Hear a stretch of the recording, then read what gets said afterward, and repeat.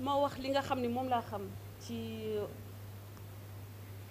Ousmane Sonko ak situation réew bi fi mu toll. Le cas Ousmane Sonko. Ousmane Sonko, un homme qui veut être président à tout prix. Président à tout prix, président quitte à tuer, à passer, à enterrer 17 millions de Sénégalais. Il veut être président, pourquoi? En fait, je me pose des fois la question, en fait, il veut être président, pourquoi? Je pensais que bu nit bëggee nekk président dafa bëgg a defar réew mi maanaam da nga bëgg tabax da nga bëgg a yokk askan woowu da nga ko bëgg a yokk comme capacité de vivre en paix, de vivre dans la dignité. Mais yow saa yoo taxawee yaa ngi ne taal leen dinañu taal réew mi dinañ ko def mu nekk doom. Mais tu veux être président, pourquoi? J'ai jamais entendu Ousmane Sonko dire leen on va construire, on va consolider, on va apporter un mieux-être, on va apporter l'espoir. Déedéet, on va casser. Si Macky Sall ne veut pas faire, on va brûler. Vous pouvez aller casser les maisons. Vous allez tout. Il incite à la limite le citoyen sénégalais à la débauche, au vol, à être pyromane, parce qu'il demande aux enfants d'aller brûler. Et ça te mène directement en cour d'assises, right? Aux assises, chambre criminelle. Il demande aux enfants d'aller tuer. Mais c'est extraordinaire. C'est quel Sénégal il veut construire? À partir des cendres, des ruines et des cadavres.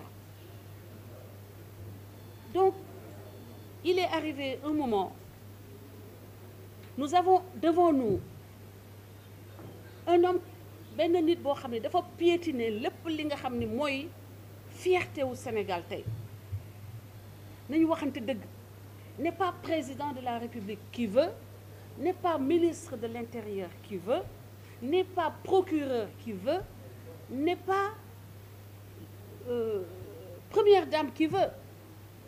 Donc li ñu yàlla jox te ñun ñu war ko tiitaroo mu nekk li nga xam ne moom la ñu am te mu nekk li gën a précieux. Notre élite tey amatul ku ci baax ñëpp c'est des corrompus. Quand on n'est pas avec lui, tu es corrompu, tu es un voleur, tu es un yow avant ñu koy jàpp ci mbiru Sweet Beauté ku ko neex ne ko njaalokat nga. Ba ci un des grands chanteurs dans ce pays dafa mel ni ak ma ko dal parce que semaine ba mu ko jiiñ ni dañ ko jàpp ak benn sox jigéen semaine boobu la moom dossier Adji Sarr génn. Pour vous dire que yàlla bëggul yenn yi yàlla moo ko bëggul ci boppam. Moom yàlla lay xeexal tey li muy def nii ay mbugal la yàlla moo koy mbugal di ko wot di ko xëcc pour mu tuub pour mu defaraat toogaayam. Mais il n'a pas compris. Boo leen seetloo lu mu gën a góorgóorlu pour taal Sénégal muy gën a dugg moom ci problème am di gën a grave, problème am di gën a métti te ba tey mënul fexe ba delloo boppam ci yàlla. Nit koo xam ni képp ku ànd ak yow bu fekkee ni dafa rey nit wala mu doon sàcckat ci saa si dafay nekk ku sell. Ba ci koo xam ni dafa doon jël ay jigéen di leen boole ak ay góor ci néeg ba noppi génnee caméra yi parce que xam ngeen ni caméra wu Sweet Beauté daanu woon fonctionner, vous le savez. Et ça ne fonctionnait pas parce que pour protéger Adji Raby Sarr ak xale ya fa nekkoon mais moom il suffisait que mu am caméra te mu bind ni que caméra, il y a des caméras en action. Bu bindoon ni qu'il y a des caméras, vous êtes surveillé, vous êtes filmé, mais ku fa dugg doo fa def naka sa dul noonu ba viol di fa mës a am. Donc moom mettre en danger xale yi ba mu génnee caméra yi won nit ñi ni que caméra yi fonctionné wuñu. Donc voilà aujourd'hui kooku la ñuy wax di ko ooyee Ndeye Khady mu sell mi te ci réew moo xam ni on est ak il y a 95% de musulmans. Diine l'islam ne bul laal bul jege. Catholique yi ne sa loxo fu mu lay indilee baakaar nga dagg ko, sa bët bu la naree indil baakaar nga génne ko nga lokkati ko, sa tànk bu la naree yóbbu ci baakaar nga dagg ko.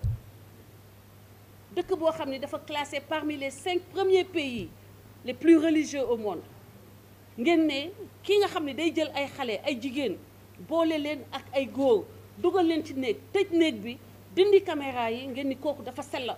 C'est une insulte pas seulement à la morale mais à la religion musulmane que ñu instrumentaliser mu sell mi di ko teg ci koo xam ni njaaloo la doon favoriser moom la doon suxat moom la doon jëmbat moom la doon propager dans une frange de la jeunesse sénégalaise di leen exposer à des hommes puissants moom muy récupérer les avantages liés à ce plaisir qu'il procurait à ces hommes puissants là.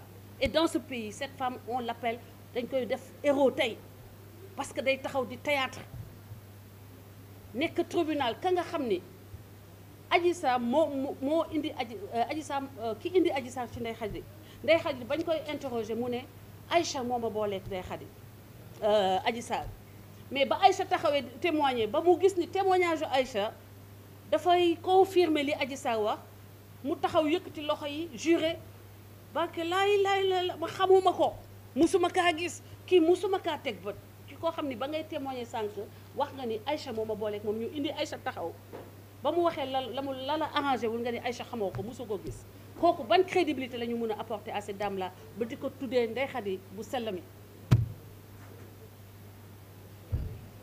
Voilà Ousmane Sonko, un homme qui a piétiné toutes les règles du savoir-vivre, toutes les règles du vivre en commun, toutes les règles républicaines, toutes les institutions de la République.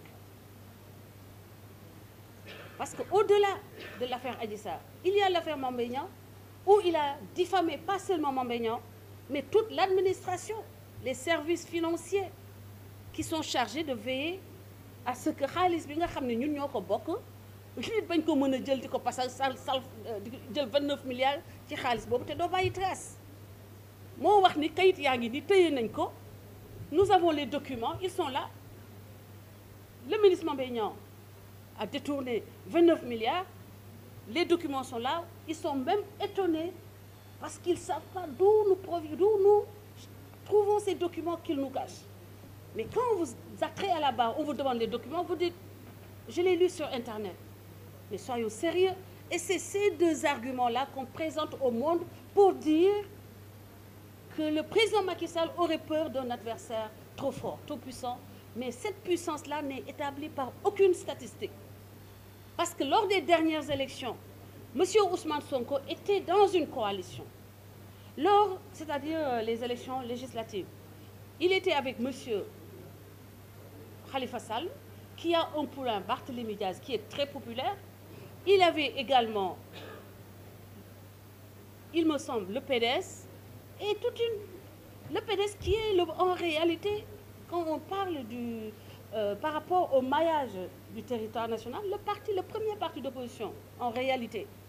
Quoique, même si Karim Wade n'est pas là, loolu duñ ko werante que bu dee ci maillage la après le PS, c'est le PDS qui a le meilleur maillage du territoire national dëgg rek donc yow nga ñëw fekk ñooñu nga ni yow yaa ëpp nit te amoo benn instrument de mesure boo teg du élection parce que élection yooyu da ngaa demoo yow kese da nga ànd ak coalition donc mënoo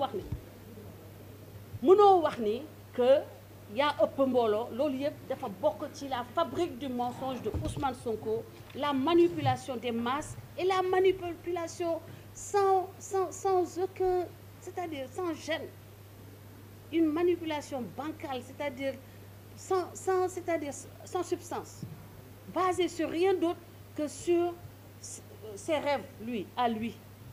Ce dont il rêve, ses rêves, il les transforme en réalité. En fait, il rêve, il parle. Ses rêves, c'est son discours traduit les rêves de Ousmane Sonko, qu'il ne cherche même pas à étoffer d'arguments solides sur le plan scientifique.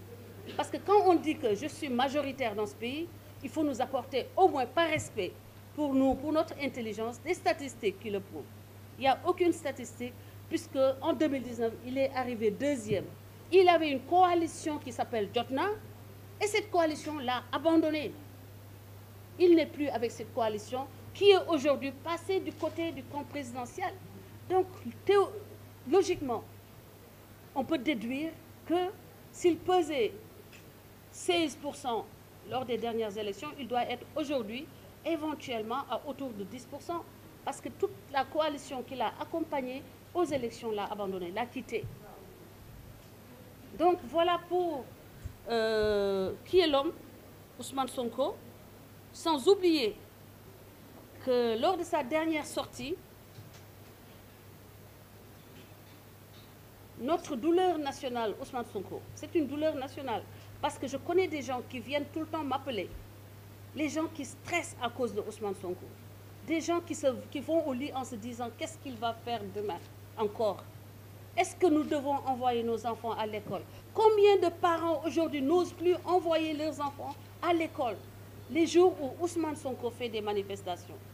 Combien de jours de classe ces enfants-là ont raté depuis 2021 à cause des seuls faits de Ousmane Sonko, un homme qui veut être président à tout prix? J'ai des nièces, j'ai des neveux qui ne vont pas à l'école. Et pourtant, elles sont dans des écoles privées, elles ont payé. Les parents ont payé pour que leurs enfants aient une bonne éducation. Aujourd'hui, il y a les compositions, mais les parents sont dans la peur d'envoyer leurs enfants finir l'année à cause de Ousmane Sonko. Eh bien, il n'en a cure. Loolu je n'ai ko que ay nit di fayal seeni doom école te xale yi dootuñu dem école ndax moom. Xale yi war a defi composition mënuñu def composition ndax Ousmane Sonko dafa bëgg a nekk président. Est-ce que pour Ousmane Sonko nekk président jar na sacrifice yi muy sacrifier loo doomu aadama yi ñi gaañu ak ñi nga xam ni tey seen jàng yàqu na daanaka mu ngi yàq seen jàng di yàq seen avenir, en tout cas di ko impacter négativement. Il y a trop de conséquences négatives. ña doon liggéey ci Auchan yi mu taal ñaata famille sénégalaise ñoo toog tey perdre source de revenu, ñaata fournisseur ñoo amatul ku ñuy jox seen produit, parce que bu leen fàtte ni fournisseurs yi jox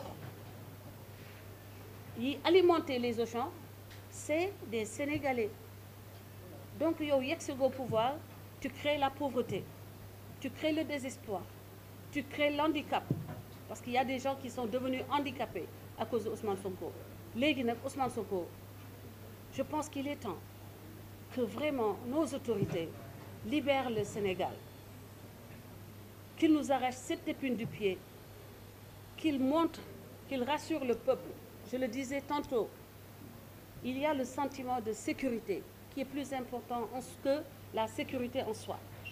Le fait que nga sentir ne da nga nekk en sécurité moo gën a am solo sax que réellement dispositif de sécurité bi nga xam ni tu peux compter sur ça.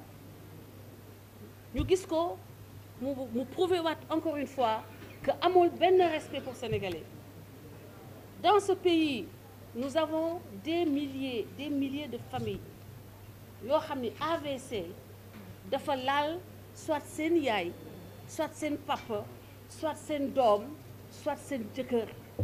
Mais le AVC, man sama waajur bu góor AVC moo ko tax a génn àddina. Sama papa AVC moo ko tax a génn àddina, dafa tëdd nelaw am AVC ci guddi gi génn àddina. Sama waajur bu jigéen ba tey mu ngi souffrir des séquelles de l'AVC, et nous savons, notre famille, nous savons les conséquences de l'AVC dans la vie d'une personne. Il y a des milliers de Sénégalais, des millions de Sénégalais am nañu waajur mbokk bu dee ndax AVC. Donc AVC du loo xam ni sax nit war na ko évoquer ci waxam mu nekk lu muy xasee doomu aadama.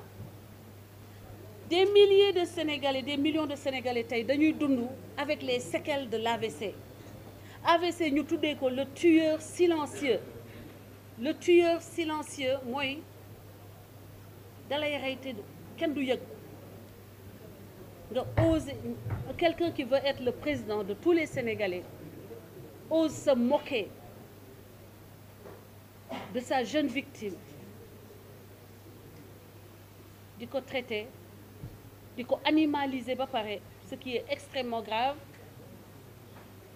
ba noppi traité ko non seulement de cet animal bi nga xam ni nit ñu weex ñi dañu koy tuddee ba organisation internationale yi jël ci ay mëtuwaay boo ko waxee dañ lay daan yu métti dans le domaine du sport par exemple kooku jël non seulement mu animaliser xale bi mais mu ne ko da nga boole ci am AVC koo xam ne da nga bëgg a nekk président de la République du Sénégal ngay dagg santeeg sa moroomu doom ba xale bi di la saaga doomeeraam c'est un fait inédit maanaam la couche la plus vulnérable la plus sensible ngay dagg santeeg moom xale boobu bu ko waxoon lu mu mënti doon da koy ne jéggal naa ko c'est ça la grandeur d'un homme d'État mais doo toog ba xale bi taxaw publiquement di la saaga sa waajur bu jigéen.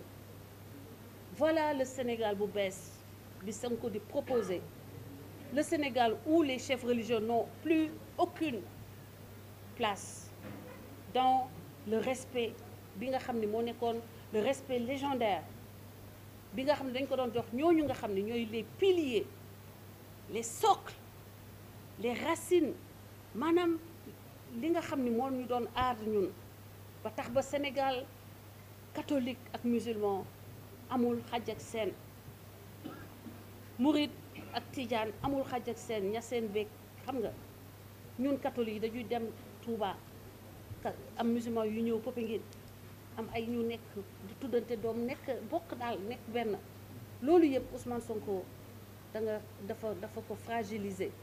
Il s'est attaqué à tout ce que nous avons de plus fondamental, et quand on s'attaque au ciment de cette communauté, c'est pas pour la construire, mais c'est pour la détruire. Mais je compte sur le patriotisme légendaire des Sénégalais et l'intelligence de notre peuple et la capacité de résilience de notre peuple pour que nous restions debout, plus forts. Ñu taxaw jàkkaarloog Ousmane Sonko aar Sénégal ànd ak suñuy njiit xam ni que moment bii c'est un moment boo xam ni il s'agit d'abord de sauver le Sénégal, aar suñu réew, préserver les acquis, li ñu am nii ñu préserver ko balaa ñuy wut leneen lu ñuy teg ci kawam. Parce que bu dee dañuy toj ba pare recommencer, je pense que nous aurons perdu tout li nga xam ni moom la ñu ñëwee dans la sous-région, li nga xam ni moom moo def l'exception sénégalaise, nous l'aurons perdu. Te bu boobaa dañuy recommencer nekk ba tey dugg daal dans le moule bi nga xam ne dañuy wax ni rek c'est des Africains, c'est des présidents africains. Et nous avons vu que grâce aux exploits réalisés par notre président, le blason de l'Afrique a été redoré ba tax ba Afrique ñu jël ko dugal ko ci G20. Loolu liggéeyam la, ngir yàlla nañu xam li ñu am, xam li ñu moom te ñu essayer ensemble préserver ko. Et une pensée à toutes les personnes vivant avec un AVC te di wax ni AVC jombul kenn, man mën naa jóge fii am AVC, moom Ousmane Sonko mën na jóg rek AVC dal ko. Donc ñooñu am AVC, suñu compatriotes yi am AVC, sachez que en tout cas vous avez toute ma sympathie et vous avez tout mon soutien par rapport aux difficultés que vous vivez au quotidien pour garder, je suis avec vous dans votre combat pour préserver la place qui est la vôtre dans la société sénégalaise. Et nous demandons aux autorités davantage d'appuyer les personnes vivant avec un handicap dans ce processus de réinsertion dans la vie active. Mooy li ñuy wax communément réhabilitation. Ñu dimbali leen comme ça ñi nga xam ne seen loxo dañoo am laago waaye laago yi, wala ñi nga xam ne daf leen dab par AVC wala ostéoporose wala accident de la route, ñu jox leen jumtuwaay yi nga xam ne dañ leen ko war a jox pour que ñu mën a réintégrer la société, nekk des membres actifs dans la société sénégalaise. Je vous remercie et vous pouvez maintenant poser vos questions.